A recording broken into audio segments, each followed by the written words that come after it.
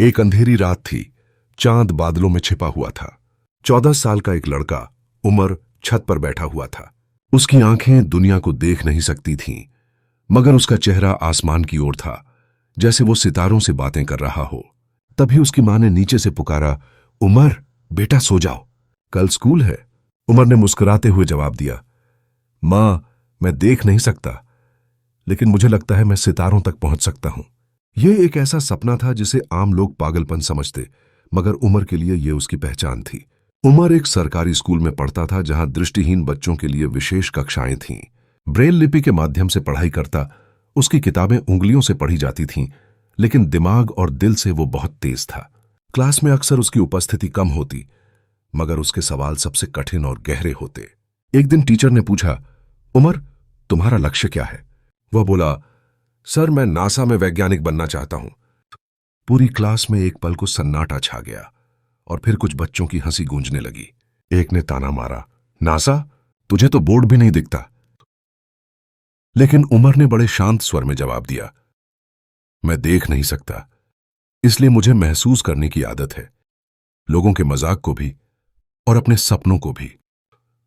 रात में उसकी मां उसे पास बैठाकर सिर पर हाथ फेरते हुए बोली, लोग जो भी कहें बेटा, अगर तेरा अल्लाह साथ है तो कोई भी तुझे रोक नहीं सकता।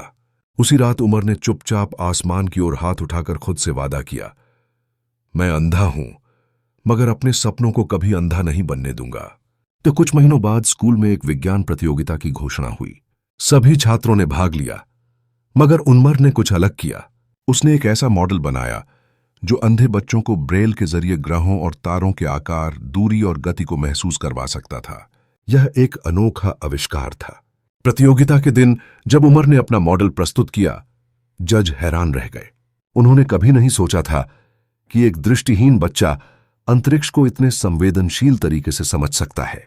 उमर को पहला इनाम मिला और खचाखच भरे हॉल में तालियों की गूंज उठी। इस जीत के बाद एक स्थानीय न्यूज चैनल ने उसकी कहानी दिखाई, अंधा लड़का जो नासा का सपना देखता है। सोशल मीडिया पर लोग उसकी तारीफ करने लगे और उसकी मां की आंखों में गर्व के आंसू छलक आए।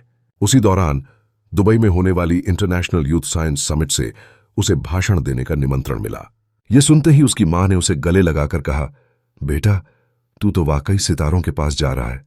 दुबई के उस सम्मेलन में दुनिया भर के वैज्ञानिक और नवोदय छात्र मौजूद थे।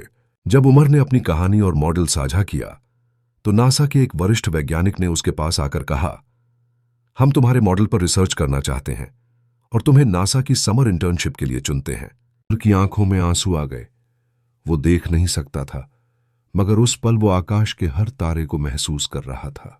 कहानी के अंतिम दृश्य में उमर अपने कमरे में बैठा ब्रेल में कुछ लिख रहा होता है।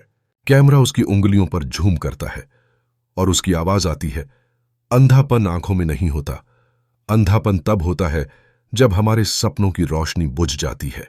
सपने देखने का हक सबको है, चाहे वो देख सके या नहीं। सपने वो नहीं होते जो आंखें दिखाती हैं, सपने वो होते हैं जो दिल महसूस करता है। अगर आपके इरादे सच्चे हों तो कोई कमी, चाहे वो शारीरिक हो या मानसिक,